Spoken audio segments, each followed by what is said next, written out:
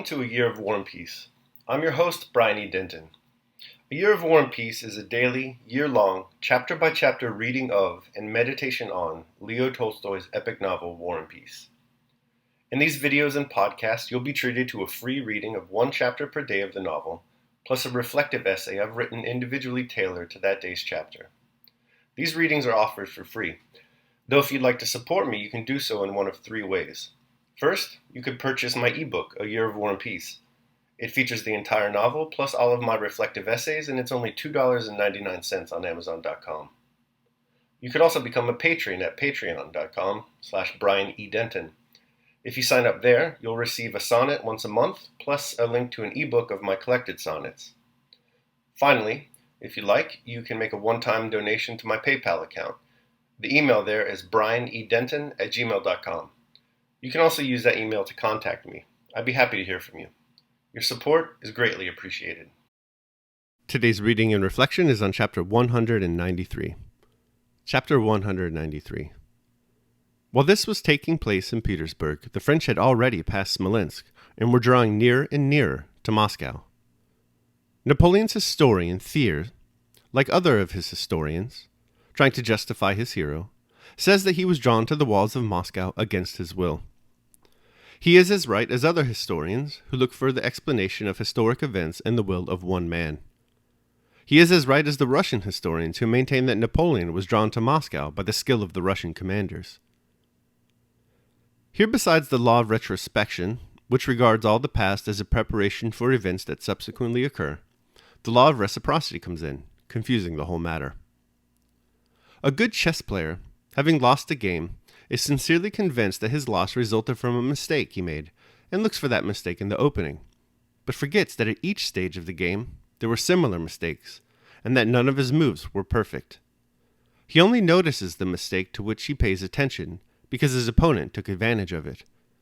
How much more complex than this is the game of war, which occurs under certain time limits, and where it is not one will that manipulates life as objects, but everything results from innumerable conflicts of various wills.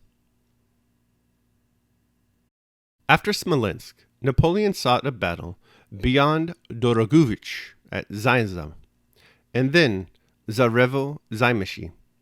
But it happened that owing to a conjunction of innumerable circumstances, the Russians could not give battle till they reached Borodino, 70 miles from Moscow.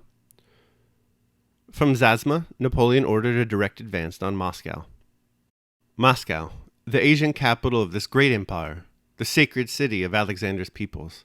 Moscow, with its countless churches in the form of Chinese pagodas. This Moscow gave Napoleon's imagination no rest. On the march from Zazma to Zarevo-Zaymyshy, he rode his light bay bobtailed ambler, accompanied by his guards, his bodyguard, his pages, and aide-de-camp. Berthier, his chief of staff, dropped behind him to question the Russian prisoner captured by the cavalry. Followed by Le Rouen d'Ainville, an interpreter, he overtook Napoleon at a gallop and reined in his horse with an amused expression. "Well?" asked Napoleon. One of Platov's Cossacks says that Platov's corps is joining up with the main army, and that Kutuzov has been appointed commander-in-chief. He is a very shrewd and garrulous fellow. Napoleon smiled and told him to give the Cossack a horse and bring the man to him. He wished to talk to him himself. Several adjutants galloped off, and an hour later, Lavrushka, the serf Denisov had handed over to Rostov, rode up to Napoleon in an orderly's jacket and on a French cavalry saddle with a merry and tipsy face. Napoleon took him to his side and began questioning him. "You are a Cossack?" "Yes, a Cossack, Your Honor." The Cossack, not knowing in what company he was, for Napoleon's plain appearance had nothing about it that would reveal to an Oriental mind the presence of a monarch, talked with extreme familiarity of the incidents of the war, says Thiers, narrating this episode. In reality, Lavrushka, having got drunk the day before and left his master dinnerless, had been whipped and sent to the village in quest of chickens, where he engaged in looting till the French took him prisoner. Lavrushka was one of those coarse, barefaced lackeys who have seen all sorts of things, consider it necessary to do everything in a mean and cunning way, are ready to render any form of service to their master, and are keen at guessing their master's baser impulses, especially those prompted by vanity and pettiness. Finding himself in the presence of Napoleon, whose identity he had easily and surely recognized, Lavrushka was not in the least abashed, but merely did his utmost to gain his new master's favor. He knew very well that this was Napoleon, but Napoleon's presence could no more intimidate him than Rostov's or a sergeant major's with the rods would have done, for he had nothing that either the sergeant major or Napoleon could deprive him of. So he rattled on, telling all the gossip he had heard among the orderlies. Much of it was true. But when Napoleon asked him whether the Russians thought they would beat Bonaparte or not, Lavrushka screwed up his eyes and considered. In this question, he saw subtle cunning, as men of his type see cunning in everything. So he frowned and did not answer immediately. "It's like this," he said thoughtfully. "If there's a battle soon, yours will win. That's right. But if 3 days pass, then after that, well, then that same battle might not soon be over."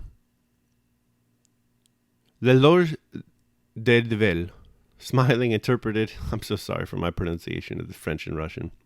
Anyway, this guy smilingly interpreted this speech to Napoleon thus: "If a battle takes place within the next 3 days, the French will win. But if latter, God only knows what will happen." Napoleon did not smile, though he was evidently in high good humor, and he ordered these words to be repeated. Lavrushka noticed this, and to entertain him further, pretending not to know who Napoleon was, added, "We know that you have Bonaparte, and that he has beaten everyone in the world, but we are a different matter," without knowing why or how this bit of boastful patriotism slipped out at the end. The interpreter translated these words without the last phrase, and Bonaparte smiled. "The young Cossack made his mighty interlocutor smile," says Thiers. After riding a few paces in silence, Napoleon turned to Berthier and said he wished to see how the news that he was talking to the emperor himself, to that very emperor who had written his immortally victorious name on the pyramids, would affect this enfant des dons. The fact was accordingly conveyed to Lavrushka. Lavrushka, understanding that this was done to perplex him, and that Napoleon expected him to be frightened, to gratify his new masters, promptly pretended to be astonished and awestruck, opened his eyes wide, and assumed the expression he usually put on when taken to be whipped. As soon as Napoleon's interpreter had spoken, says Thiers, the Cossack, seized by amazement, did not utter another word, but rode on, his eyes fixed on the conqueror, whose fame had reached him across the steppes of the East. All his loquacity was suddenly arrested and replaced by a naive and silent feeling of admiration. Napoleon, after making the Cossack a present, had him set free like a bird restored to its native fields. Napoleon rode on, dreaming of the Moscow that so appealed to his imagination, and, the bird restored to its native fields, galloped to our outposts, inventing on the way all that had not taken place, but that he meant to relate to his comrades.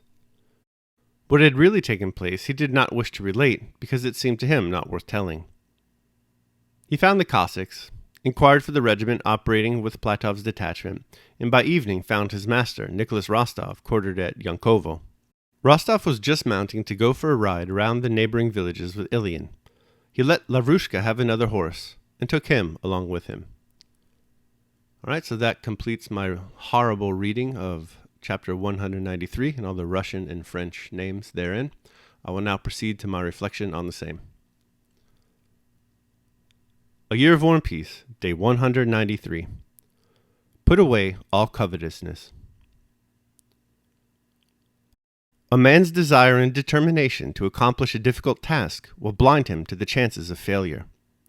So says Callimaco, the anti-hero of Machiavelli's great immoral morality play, The Mandrake Root. The men of that play are possessed by wild, impossible desires. Callimaco wants to sleep with a virtuous married woman, Lucrezia.